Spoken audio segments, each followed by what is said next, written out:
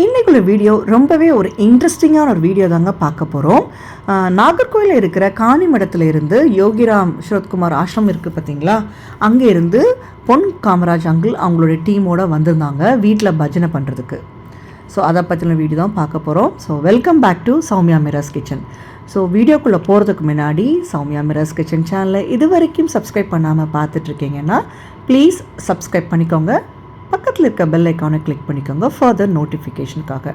பிடிச்சிருந்ததுன்னா மற்றவங்களுக்கு ஷேர் பண்ணுங்கள். வாங்க இப்போ நம்ம வீடியோக்குள்ளே போகலாம். ஸோ அன்னைக்கு காலையில் பிரேக்ஃபாஸ்ட் என்ன பார்த்தீங்கன்னா பொங்கல், உளுந்த வடை ஆர்டர் பண்ணியிருந்தோம். அப்புறம் சட்னி பார்த்திங்கன்னா கார சட்னியும் தேங்காய் சட்னியும் இருந்ததுங்க. அப்புறம் சாம்பார், ஓகேங்களா, இட்லி. ஸோ இதுதான் மார்னிங் பிரேக்ஃபாஸ்ட் வித் காஃபியோட. ஸோ நாங்கள் ஒருத்தராக பிரேக்ஃபாஸ்ட்டை சாப்பிட்டுட்டு அங்கே அதாவது அப்பா வீட்டில் வச்சு பூஜை நடக்கலை, எங்களோட வீட்டில் அதாவது புது வீட்டில் வச்சு தான் பூஜை நடந்தது. பூஜைன்னு சொல்கிறத விட அது ஒரு பஜனைங்க. ஸோ அவங்க ஒரு 11 o'clock வரது மாதிரி பிளான் இருந்தது. பட் 12 மணிக்கு பார்த்திங்கன்னா அங்கே யோகிராம் ஸ்ரோத்குமார் காணிமடத்தில் உள்ள ஆசிரமத்தில் அங்கே பூஜை பண்ணிட்டு தான் வருவோம்னு சொல்லிட்டாங்க. வீட்டுக்கு வரும்போது 1 மணிக்கு மேலே ஆயிடுச்சு. ஸோ என் ஃப்ரெண்டு பெங்களூர்லேருந்து வந்திருந்தாங்க, காயத்ரி சுதனண்ணா ஃபேமிலி வந்திருந்தாங்க. அவங்க தான் இந்த யோகிராமை பற்றி ஃபஸ்ட்டு எங்கள்கிட்ட சொன்னது. பெங்களூர்லேயும் பார்த்திங்கன்னா நாங்கள் பூஜை பண்ணியிருந்தோம். யோகிராம் ஸ்ரோத்குமார் அந்த டீம் ஃபுல்லாகவே வந்திருந்தாங்க. பொன் காமராஜ் அங்கிள் பூஜை பண்ணியிருந்தாங்க. நான் அதை பற்றின ஒரு ஷார்ட்ஸு நான் ஒன்று போட்டிருந்தேன் உங்களுக்கு. ஜூலை மாதம் அங்கே வந்திருந்தாங்க போன வருஷம். ஸோ அதோட ஷார்ட்ஸோட லிங்க் இந்த டிஸ்கிரிப்ஷன் பாக்ஸில் கொடுக்குறேன், ஓகேங்களா. ஸோ பொன் காமராஜ் அங்கிளோட டீம் எல்லாருமே வந்துட்டாங்க. அரௌண்ட் 1 மணி ஆயிடுச்சுங்க. ஸோ அவங்கள ரிசீவ் பண்ணுறதுக்காக தான் எல்லோரும் போயிட்டுருக்காங்க.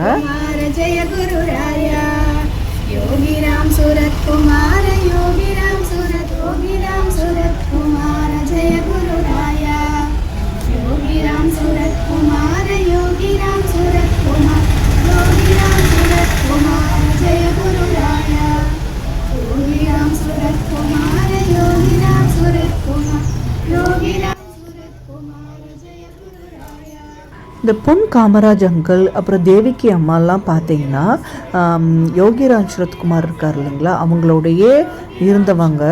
அவர் என்னென்ன பண்ணினார், அவருடைய கதைகள் எல்லாமே இவங்களுக்கு தெரியுங்க.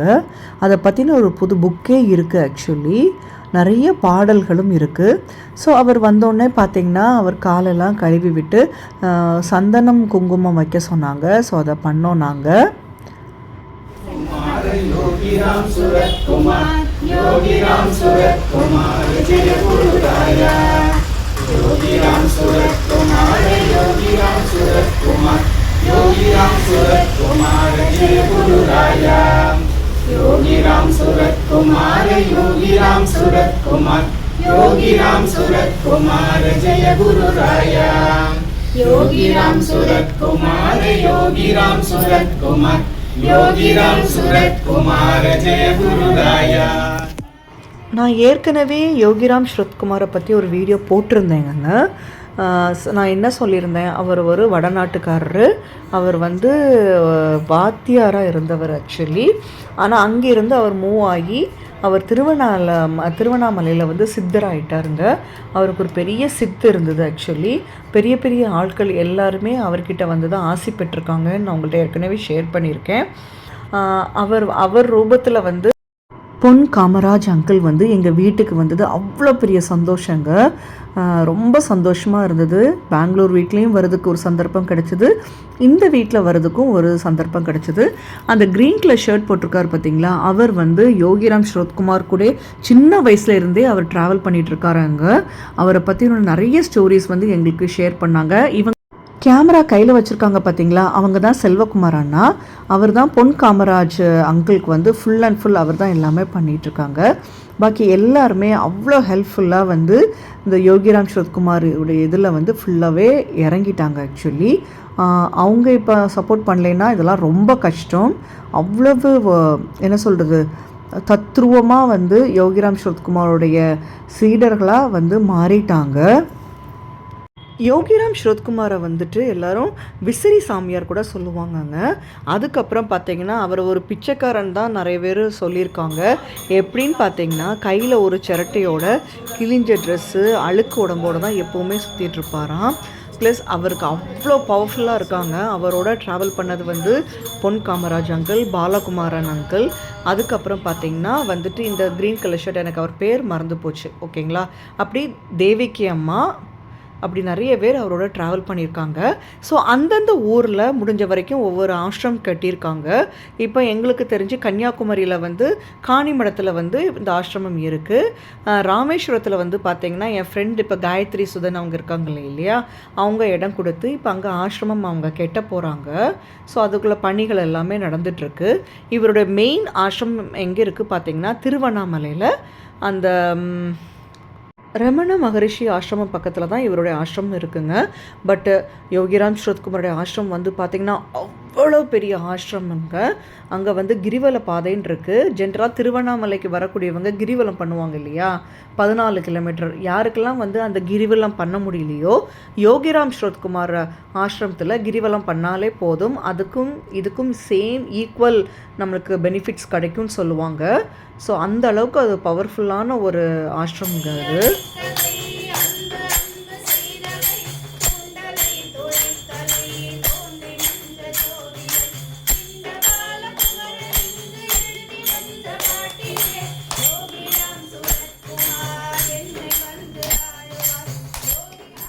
ஒரு மணி நேரம் வந்து பார்த்திங்கன்னா பஜனை நடந்ததுங்க வீட்டில்.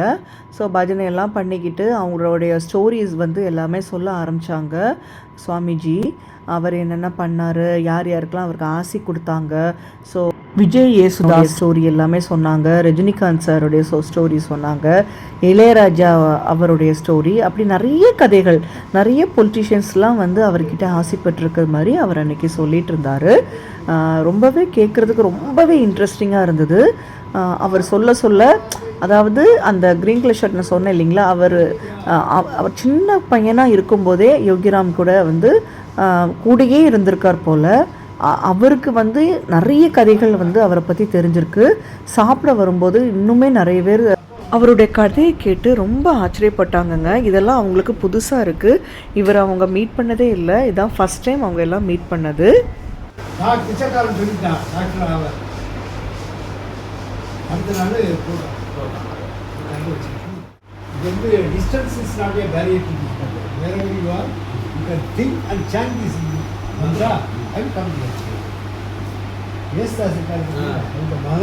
மகனுக்கு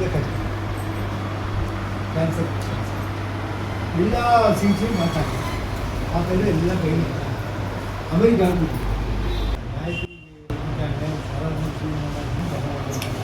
இது என்னுடைய சிஸ்டர். அவளுக்கும் 2 பசங்க தான்.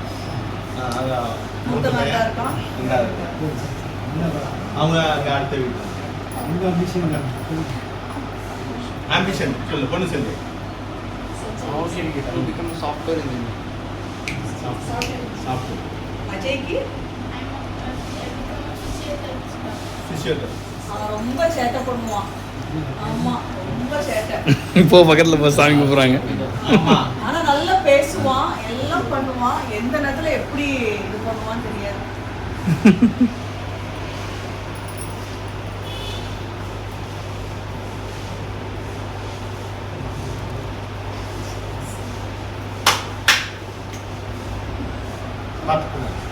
பூஜைக்கு நெய்வேத்தியத்துக்காக நான் கொஞ்சம் சக்கரை பொங்கல் பண்ணேங்க. சாப்பாடு வந்து பார்த்தீங்கன்னா நீலகண்டன், தாழாக்குடி நீலகண்டன் சொல்லிட்டு ஒரு ரெஸ்டாரண்ட் உண்டு, அது பயங்கர ஃபேமஸ் ஆக்சுவலி.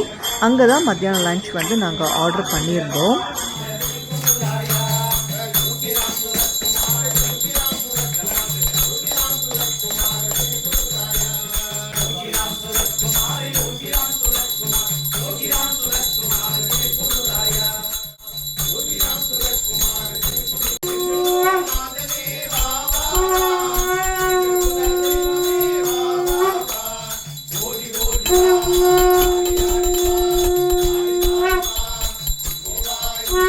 சாமிக்கு பூஜை பண்ணி தீபார்த்தனைலாம் கொடுத்து முடிச்சிட்டோங்க. நீங்கள் இந்த வீடியோவில் பார்த்துருப்பீங்க.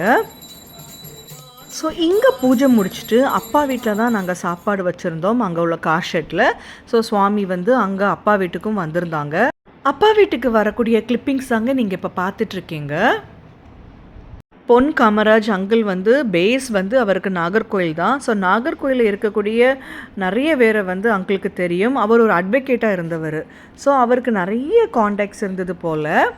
ஸோ என் பிரதர் இல்லா அவர்லாம் வந்து நல்லா பேசிக்கிட்டாரு. அவரையும் ரொம்ப தெரிஞ்சிருக்கு ஆக்சுவலி.